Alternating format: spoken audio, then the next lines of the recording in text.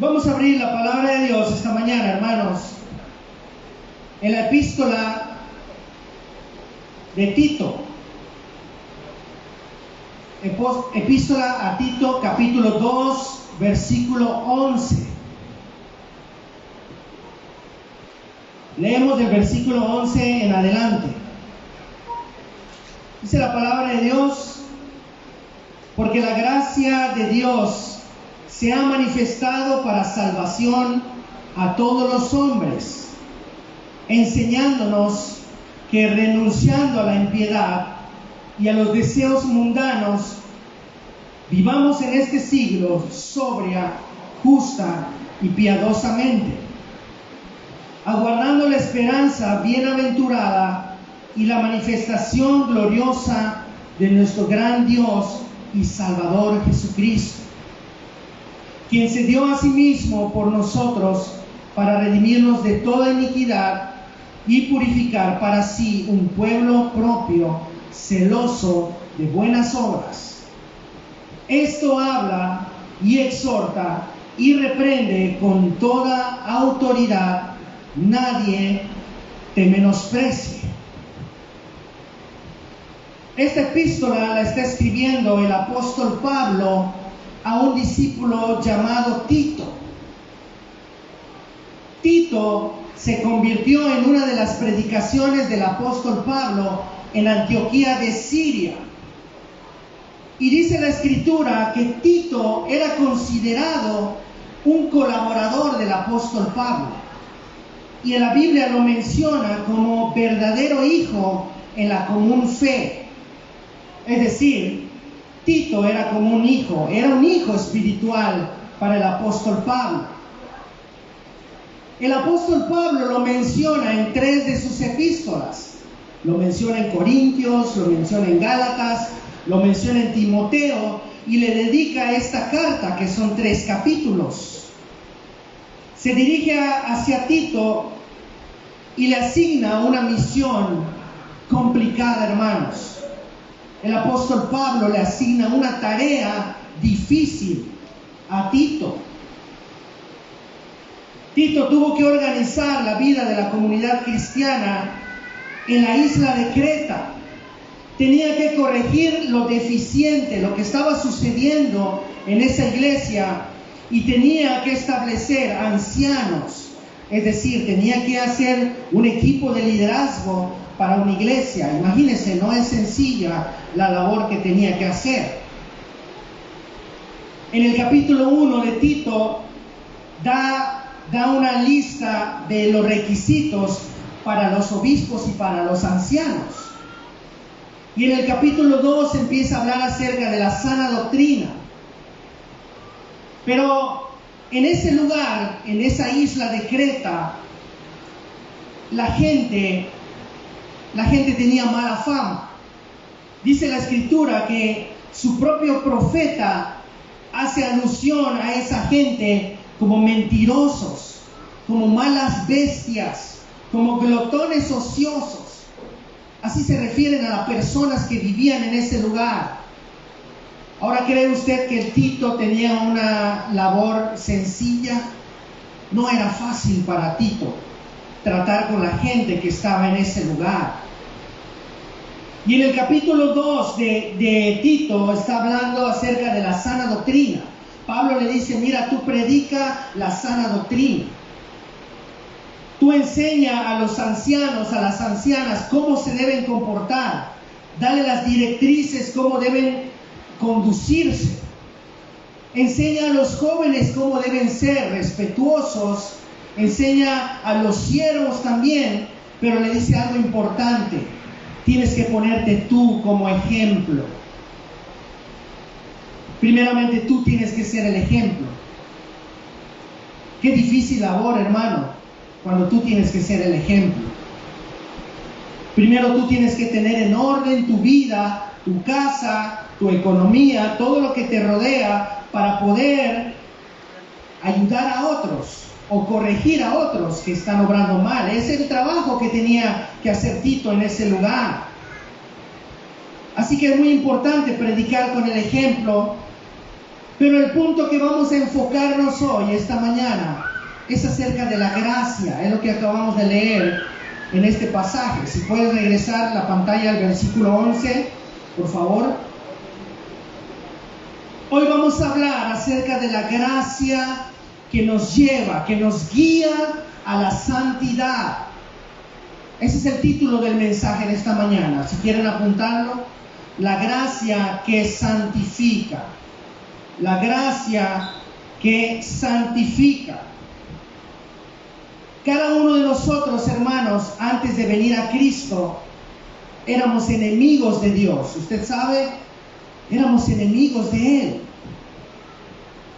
Por más buenos que pensáramos que fuéramos, oye, pero yo no le hacía daño a nadie, pastor. Oye, pero yo hacía buenas obras. Yo llevaba despensa a los necesitados, yo hacía donaciones, yo no me peleaba con nadie, yo no me meto con nadie. Por más bueno que pensaras que tú eras un enemigo de Dios. No importa qué tan bueno o qué tan malo eras antes, pero usted y yo, si no nos encontrábamos con el Señor Jesús, si por medio de la gracia no hubiéramos sido atraídos a Él, siguiéramos en el camino derechito al infierno, a condenación. Pero la gracia, por gracia somos salvos, dice la palabra. No es por obras, es por gracia del Señor. Pero pensamos que la gracia solamente sirvió para nuestra salvación. Que la gracia sirvió para salvarme, es como un salvavidas que me lanzaron al mar, yo que me estaba ahogando, y ya una vez que ya me salvé, la gracia ya no me sirve. Pero no es así. La gracia, hermanos, también nos sirve para santificación. Es lo que vamos a ver en este pasaje que acabamos de leer. ¿Por quién creen que va a venir el Señor? ¿Por quién creen que va a volver el Señor Jesús? ¿Por una iglesia qué? Santa. Por una iglesia sin mancha, por una iglesia sin arruga. No podemos agradar al mundo y a Dios al mismo tiempo. Son caminos opuestos. O buscamos a Dios o estamos en el mundo.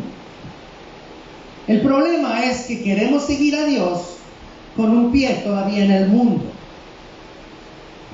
Quiero agradar a Dios, pero mi mirada todavía está en las cosas del mundo. Quiero llegar un día a encontrarme con el Señor, pero todavía tengo raíces aquí en la tierra. Alguien dijo por ahí, la vida del cristiano debe ser con la vista en el cielo, pero con los pies en la tierra. O sea, vivo una realidad. Vemos el propósito de la gracia en este versículo. ¿Para qué sirve la gracia, hermanos? Para salvación. ¿A quién? A todos los hombres. Para usted y para mí. Nadie se puede salvar a sí mismo. No es por obras. No es por cuán bueno soy. Es por gracia del Señor. Por gracia somos salvos hoy a través de Jesucristo. Pero mira lo que dice Efesios capítulo 2, verso 4. Efesios 2, 4 dice, pero Dios, que es rico en misericordia, por su gran amor con que nos amó, verso 5, aún estando nosotros, ¿cómo estábamos?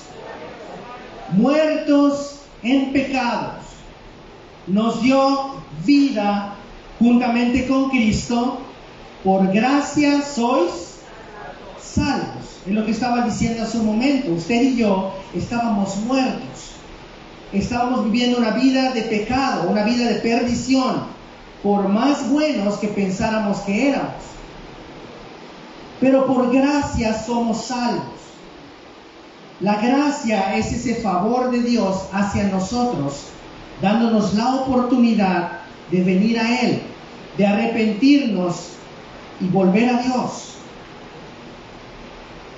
La gracia de Dios es para salvación. La gracia nos salva. Somos salvos por la gracia. Pero ahí no termina todo. Volvemos al verso 12 de Tito 2. La gracia, hermanos, nos enseña a crecer en la santidad. Por gracia fui salvo, sí. Dios me salvó, me santificó, sí. Pero es un inicio. La santificación es progresiva. Tenemos que caminar ese camino de la santificación. Y la gracia nos enseña, dice el verso 12, enseñándonos, número 1, renunciando a la impiedad. Es decir, ¿qué es la impiedad?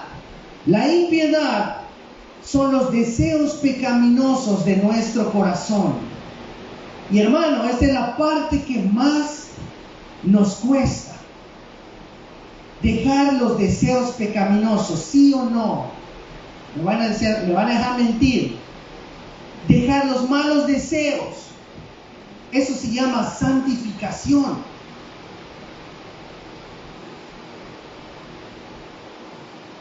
Hay una palabra importante aquí que es renunciar. ¿Usted sabe qué significa renunciar? ¿Alguien ha renunciado en un trabajo alguna vez? No más. Renuncio, presento mi renuncia, me voy. Es tomar una decisión de decir no más, ¿verdad? Esa es una renuncia. Y cada uno de nosotros tiene que estar dispuesto o decidido a renunciar a las cosas malas. ¿Qué cosas malas?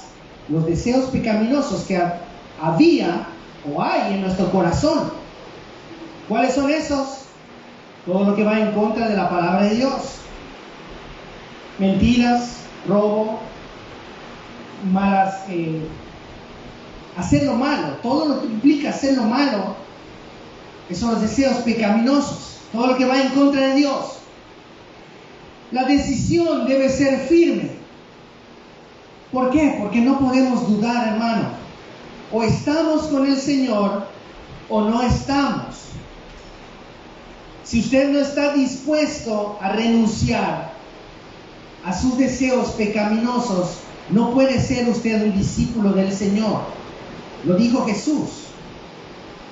Incluso Él mencionó en alguna ocasión, si alguien ama más a sus padres, no es digno de mí. Si alguno no está dispuesto a dejarlo todo para venir en pos de mí, no puede ser mi discípulo. Es decir, seguir a Jesús no es fácil. Y la gracia nos está enseñando a renunciar. ¿Ha renunciado usted a todo lo malo que hacía antes? ¿Ha tomado esa decisión firme de decir, yo ya no voy a servir más al pecado, yo no voy a mentir más, aunque no me convenga, pero ya no voy a mentir, ya no voy a ser infiel, ya no voy a tener este vicio, ya no voy a tener lo otro? ¿Ha tomado usted esa decisión? Porque si usted no está dispuesto a renunciar a eso, usted no puede ser un discípulo del Señor. Por gracia somos salvos, pastor, sí, pero la gracia nos pide santidad. La gracia nos lleva a la santidad. Y dice el versículo que debemos renunciar a la impiedad y a los deseos mundanos. La mundanalidad tiene que ver con el corazón, tiene que ver con muchas veces la idolatría. ¿Recuerdan cuál es el primer mandamiento? Primer mandamiento, no tendrás que dioses ajenos delante de mí. Y en nuestro corazón es una fábrica de ídolos, lo dijo Juan Calvino. La más grande fábrica de ídolos es el corazón humano. Hacemos ídolos, pero en caliente. Al rato ya estás adorando una serie de Netflix. Cuando te das cuenta, ya lo único que quieres es llegar a ver tu serie. tu Amazon Prime, tu Netflix, tener el clima, ¿sí o no? Se ríen porque saben que es cierto. Y ahí ya tenemos un ídolo. Y amanece y sigues viendo la serie. Ahí ya tenemos un ídolo. ¿Sabe qué es la idolatría?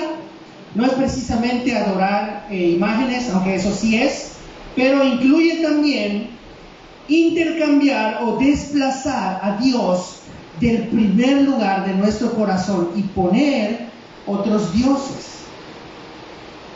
Tus hijos pueden ser tus dioses, tu trabajo puede ser tu Dios, el dinero puede ser tu Dios, el fútbol puede ser tu Dios, etcétera, etcétera. ¿Está libre tu corazón de todo tipo de ídolos, hermano? Esta mañana, ¿cómo está tu corazón? ¿Hay altares ahí que has levantado? ¿Algún idolito por ahí? Dice que debemos renunciar a los deseos mundanos y a los deseos pecaminosos, es la impiedad, y a los deseos mundanos. No podemos tener, como dije hace rato, un pie en la iglesia y un pie en el mundo. Cuando Noé metió al arca a su familia, la familia entró por completo, porque la puerta se va a cerrar. El tiempo de la iglesia es ahora, la puerta está abierta, pero un día se va a cerrar esa puerta. ¿Quiénes van a irse con el Señor? Los que estén adentro totalmente. Cuidemos nuestro corazón de no coquetear con el pecado, de no participar en las cosas de este mundo. Tenemos que buscar la santidad. Mira lo que dice Ezequiel 33, versículos 18 y 19. Si puedes poner los dos versículos juntos. Ezequiel 33, 18 y 19. Aquí hay un contraste entre el justo y el impío. Primero dice, cuando el justo se apartare de su justicia e hiciere iniquidad, morirá por ello. Y el versículo 19, y cuando el impío se apartare de su impiedad e hiciere según el derecho y la justicia, vivirá por ello. ¿Qué quiere decir esto? Ambos tienen chance, ambos tienen oportunidad. Si el justo se mantiene justo, va a ser tomado como justo por Dios. Si el impío se arrepiente de su pecado, tiene la oportunidad de ser justo. ¿De qué depende? De la decisión de cada uno. ¿Qué elegiría usted, hermano? ¿Ser justo o ser impío? ¿Hacer las cosas que agradan a Dios, obedecer su palabra? ¿O seguir pecando, seguir mintiendo, seguir haciendo las cosas mal? Cuidemos de hacer las cosas bien. Si es usted justo, sígalo siendo, no se aparte, no lo deje de hacer, no haga trampa, no mienta, sea honesto. Y si usted es impío, arrepiéntase y ya no lo haga más, para que alcance usted misericordia. La gracia, hermanos, también nos capacita para la santidad. Volvemos a Tito, capítulo 2, versículo 12. Nos está diciendo qué es lo que debemos quitar.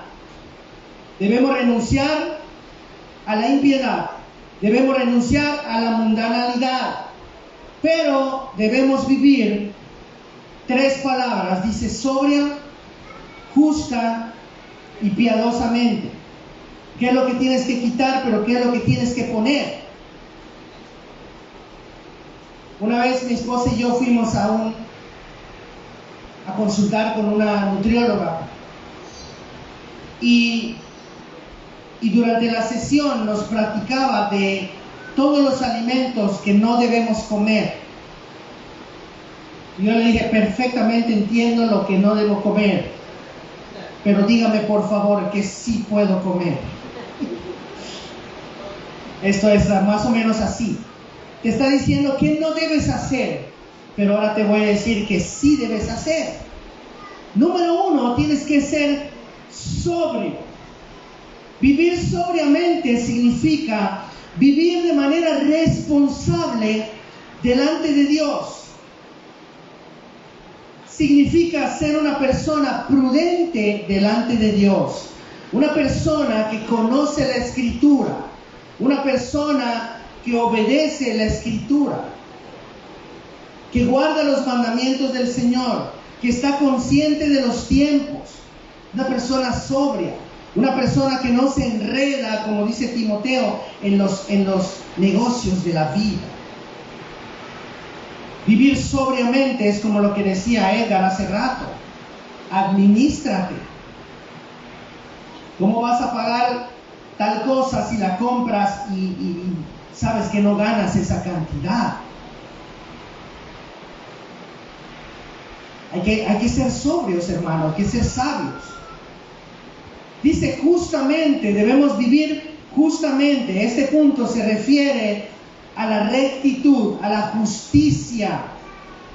Hermanos, Dios es un Dios justo. Dios se basa en la justicia. No hay injusticia en Él. Por lo tanto, usted y yo debemos ser justos también. Debemos ser honestos. Practique la justicia. Comience en su casa, comience en su hogar. Aplique la justicia. Y también dice, debemos vivir piadosamente. ¿Qué es piadosamente? Ser bondadoso, ser bueno, ser compasivo, ser misericordioso. Muchos solamente viven para sí mismos. No viva solo para sí, hermano. Comparta, ayude al necesitado, siembre. Dé al que no tiene, ayude. De estas 3 cualidades, hermanos, sobria, justa y piadosamente, ¿cuáles tiene usted en su vida? ¿Las tiene las 3? Gloria a Dios. Son notables en su vida, las podemos ver, se pueden palpar. ¿Es usted sobrio, justo y piadoso? Si no lo somos, tenemos que empezar a trabajar en ello. Tenemos que empezar hoy mismo. Y dice el versículo 13, siguiente verso, debemos aguardando la esperanza bienaventurada y la manifestación gloriosa de nuestro gran Dios y Salvador Jesucristo. ¿Qué quiere decir? Ok, debemos vivir sobriamente, debemos vivir justamente, debemos vivir piadosamente, ok, pero aguardando la esperanza, el regreso del Señor Jesús. ¿Tiene usted la esperanza que Cristo volverá por su iglesia? ¿Sabe usted que Cristo va a volver? Pero a veces no queremos que vuelva, ¿verdad? No, Señor, no vengas todavía, no estoy preparado. Todavía tengo unos pecadillos por ahí. Tengo asuntos que resolver, así decimos, ¿verdad? ¿Cómo están? Le preguntan los pastores, ¿cómo estás? Te pregunta el pastor. Bien, pastor, pero hay unos detallitos nada más. Pecadillos. Pero no estamos listos, ¿verdad? Muchas veces rogamos, a veces, Señor, no vengas todavía. Porque no estamos bien todavía. Pero ¿por qué no estamos bien? Porque no queremos. Dicen dicho que cuando se quiere, se puede. Muchas veces no queremos dejar ciertos pecados. Hermano, este es un llamado a la santidad. Esta predicación es un llamado a la santidad, apartarnos de todo pecado, toda iniquidad. y aguardar la esperanza bienaventurada, la manifestación gloriosa de nuestro gran Dios cuando venga. ¿Sabe por quién va a venir el Señor? Por los que le esperan, por los que quieren que regrese. Mire lo que dice Hebreos capítulo 9, versículo 28. Así también Cristo fue ofrecido una sola vez para llevar los pecados de muchos y aparecerá por segunda vez sin relación con el pecado para salvar a quienes, a los que le esperan, a los que quieren que regrese, a los que lo anhelan. Por esos va a venir el Señor. ¿Qué tanto le anhela usted hoy en día? ¿Es su oración diaria esta? Señor, ven pronto. Señor, regresa. Señor, anhelo que regreses. Hay gente que no quiere que el Señor regrese. Él vendrá por aquellos que le esperan, aquellos que le están anhelando. La gracia, hermanos, nos enseña cómo ir a la santidad. Pero la gracia también nos aparta para hacer el bien. Volvemos a Tito, capítulo 2, verso 14. Quien se dio a sí mismo por nosotros, se está refiriendo a Cristo, para redimirnos de toda iniquidad y purificar para sí un pueblo propio, celoso de buenas obras. Número 1, Él se dio para redimirnos. ¿Sabe qué es la redención? Es el pago para rescatar a alguien. Es como, por ejemplo, cuando en aquel tiempo podías comprar un esclavo. Compras algo, ya es tuyo, lo estás redimiendo. Usted y yo fuimos redimidos por el Señor, fuimos comprados. Cristo vino para rescatarnos del pecado, ¿sí o no? Pero ¿por qué seguimos viviendo en pecado? Redimir significa liberar, comprar o rescatar a alguien por medio de un pago. Quiero que entendamos algo esta mañana, hermano. Si Cristo ya nos redimió, Cristo ya nos compró, tiene que quedarnos claro que nosotros le pertenecemos a Él. No somos libres de hacer lo que queramos. Somos libres de hacer la voluntad de Él. Somos libres de la esclavitud del pecado, sí. Pero le pertenecemos a Él. El apóstol Pablo, en alguna de sus epístolas, cuando empieza a escribir, dice: yo, apóstol Pablo, preso en el Señor, decía, utilizaba la palabra preso en el Señor. Pero no preso de una manera limitado, lastimado, ahí apresado, sino como propiedad del Señor. Usted y yo somos propiedad del Señor. No le pertenecemos al pecado. No somos para servir al pecado. Somos para las buenas obras. Lo que está diciendo este verso. Primera de Pedro, capítulo 2, versículo 9. Un versículo muy conocido que lo decimos y nos gusta. Dice: mas vosotros sois linaje escogido, real sacerdocio, nación santa, pueblo adquirido por Dios, para que anunciéis las virtudes de aquel que nos llamó de las tinieblas a su luz admirable. ¿Qué es lo que somos nosotros? Linaje escogido. ¿Qué es lo que somos? Real sacerdocio, nación santa. Sí, amén, gloria a Dios. Pero somos un pueblo adquirido, comprado por Dios. Propiedad, pertenencia. somos de Él.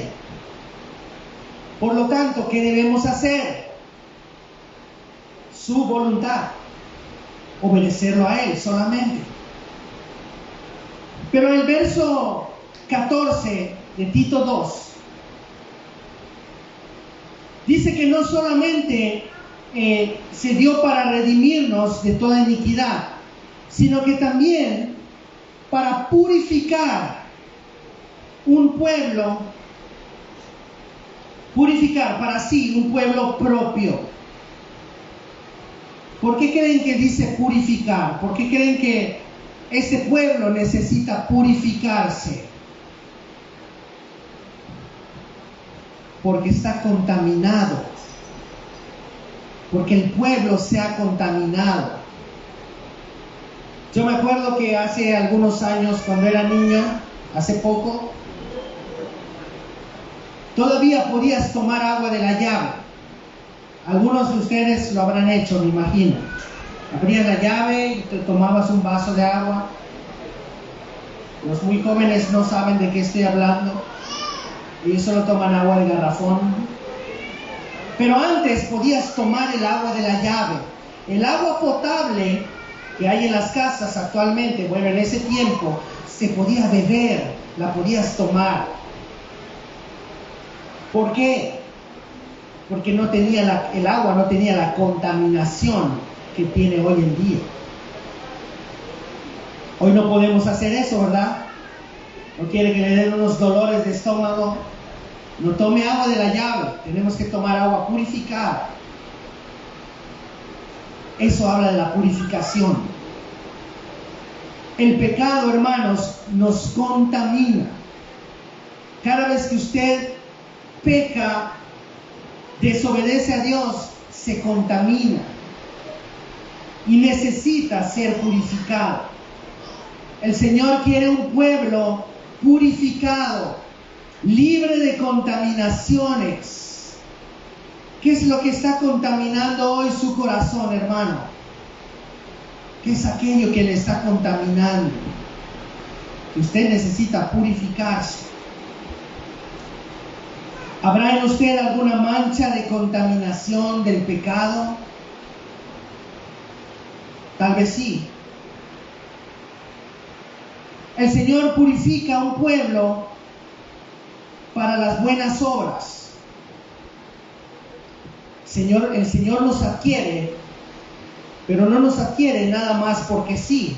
Hay un propósito para cada uno de nosotros. Hay propósitos generales, pero hay propósitos específicos. Como propósito general están las buenas obras. Las buenas obras son propósitos de Dios, son planes de Dios. Las buenas obras las tiene preparadas el Señor desde antes para que usted y yo las hagamos.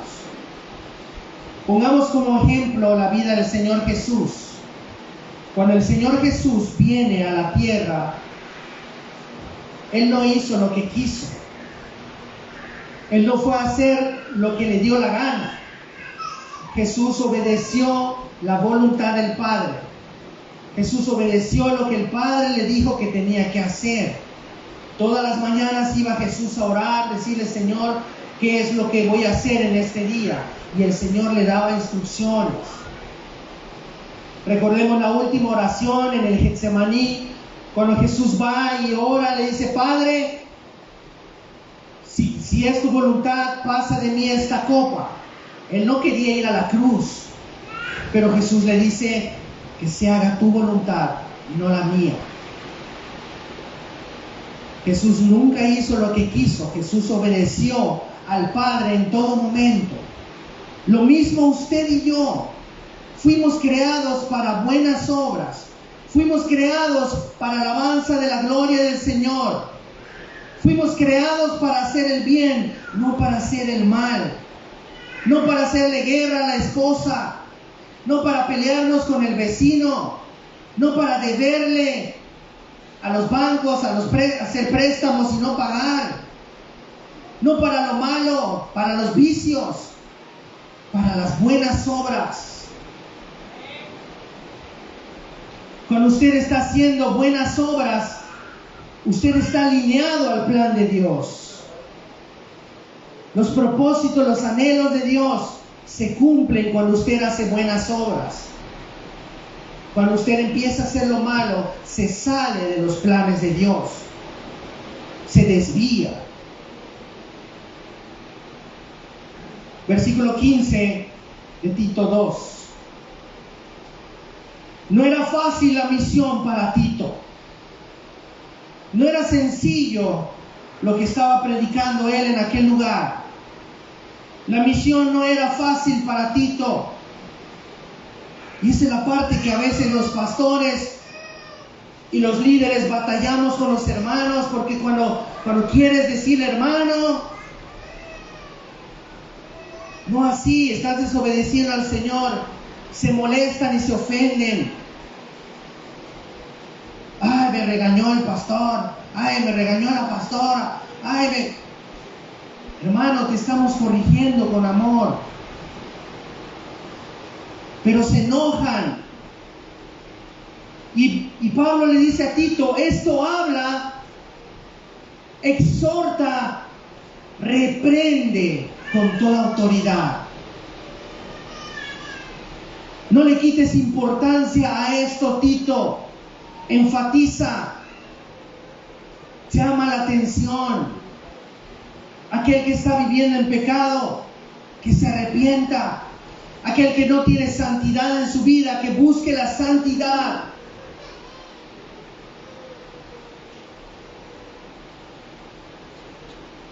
Hoy en día, hermanos, existen infinidad de predicaciones en el internet. Usted puede escuchar todas las prédicas que quiera en el internet. Pero muchas veces haces como un menú y escoges solo lo que quieres oír. Lo que está de moda, ¿qué está de moda? La prosperidad. ¿Qué está de moda? El avivamiento, el liderazgo, la bendición. Son mensajes que atraen a la gente, que nos gusta oír, la motivación, mensajes exitosos. Pero cuando se habla de santidad, a la iglesia no le gusta, porque se trata de confrontar el pecado con la palabra de Dios. Y a muchos no les gusta ser confrontados. No, yo quiero que el pastor ore y que la bendición de Dios caiga sobre todos hasta que sobreabunde. Queremos la bendición, pero tenemos que buscar la santidad primero. Santidad, sin santidad nadie verá al Señor, dice la palabra. Busque la santidad cada día, hermano. La gracia no es una licencia para pecar. Voy a pecar y luego total Dios me tiene que perdonar, regreso y me arrepiento. Gracia, la gracia sobreabunda. La gracia no es para eso. La gracia nos debe capacitar para obedecer a Dios. La gracia nos va a enseñar a obedecer a Dios. La gracia nos va a apartar para ser santos para Dios. Cristo viene, hermanos, por un pueblo santo, por una iglesia apartada, por una iglesia que sabe vivir en la gracia de Dios. Dentro de la gracia, dentro de la cobertura de Dios. Una iglesia que se santifica, es una iglesia que ha entendido cómo funciona la gracia. Una iglesia que se aparta de lo malo, es una iglesia que está obedeciendo a Dios, que ya entendió a Dios, que ya entendió el mensaje, que ya entendió que fue comprada con precio de sangre, que ya entendió que le pertenece al Señor, que entendió que ya no estamos para hacer lo que queramos, sino la voluntad de Dios. No podemos argumentar delante de esa gracia, una gracia que nos santifica, Y concluyendo, vimos entonces que la gracia es para salvación. Número 1, la gracia nos salva. El Señor manifestó su gracia para salvación. Número 2, la gracia nos enseña a crecer en santidad, renunciando a la impiedad y a la mundanalidad, a los malos deseos. Número 3, la gracia nos capacita para la santidad. Tenemos que vivir justa, sobria y piadosamente, anhelando el regreso del Señor cada día, viviendo cada día como si fuera el último día. Y número 4, la gracia nos aparta para hacer el bien. No fuimos creados para el pecado, no fuimos creados para la maldad. Cada vez que usted se sale de la gracia y se aparta, se va al pecado, usted mismo se está haciendo daño. Porque no fuimos creados para eso. Fuimos creados para buenas obras.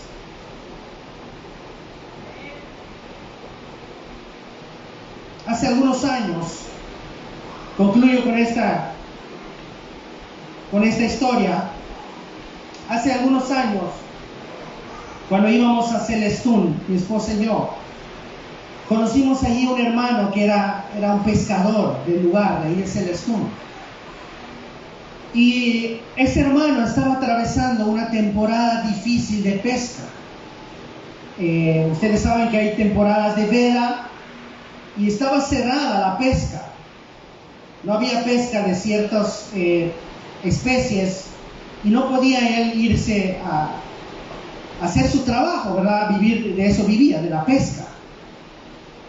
Y un día se topó él con otro pescador que estaba regresando, había ido a pescar y había regresado, y el producto que él había traído lo había vendido, pero era un pescador ilegal. Él había sacado productos que no debería y los fue a vender.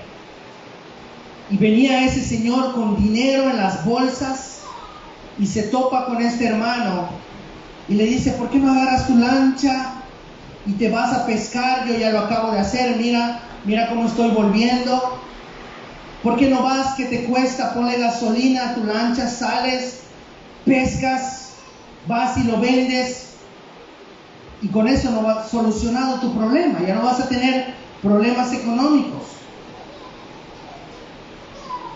Pero me llamó la atención lo que le respondió este hermano. Y le dijo a ese pescador, le dice: mira, ¿sabes por qué no lo hago? Porque yo sí valoro cada gota de sangre que Cristo derramó en la cruz por mí. Porque yo sí valoro cada latigazo que Jesús recibió. Fue para pagar mi pecado. Fue para pagar mi maldad. Él había entendido qué es la gracia. Él había comprendido que la gracia se derramó por nosotros para perdonar nuestros pecados, no para vivir pecando. No es lo mismo. ¿Comprende usted el significado de la gracia? ¿Comprende cuánto vale la gracia del Señor? ¿Valora usted esa gracia del Señor? Tenemos que abrazarnos de esa gracia y no abusar de la gracia, no salirnos de la gracia de Dios.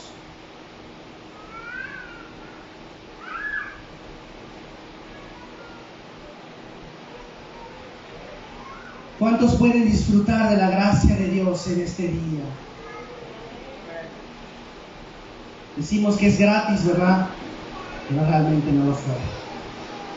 Alguien pagó por ti. Alguien pagó por mí. Por eso no debe usted seguir viviendo en pecado. Porque no fue barato el precio. Porque fue un precio muy alto, el precio de sangre, precio de un hombre inocente, la vida de Cristo.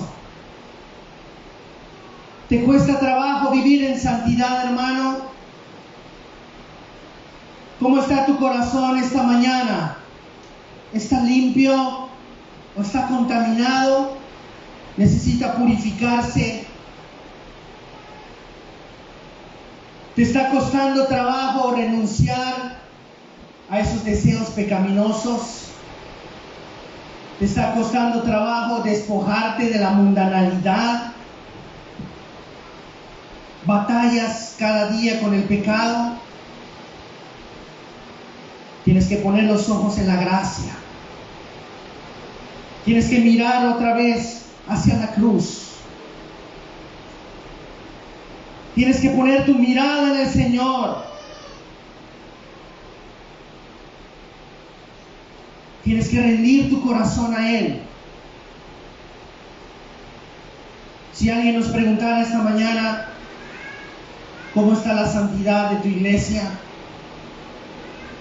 ¿Cómo está la santidad en el lugar donde tú vas? ¿Hay santidad o no hay santidad? Nos guardamos, aún con la forma de vestir, demostramos nuestra santidad, nuestra forma de hablar, nuestra forma de comportarnos, nuestra forma de publicar en las redes sociales. Todo habla acerca de la santidad. La santidad no solamente es un concepto espiritual, debe ser un estilo de vida para el creyente. Póngase de pie, hermano, vamos a orar.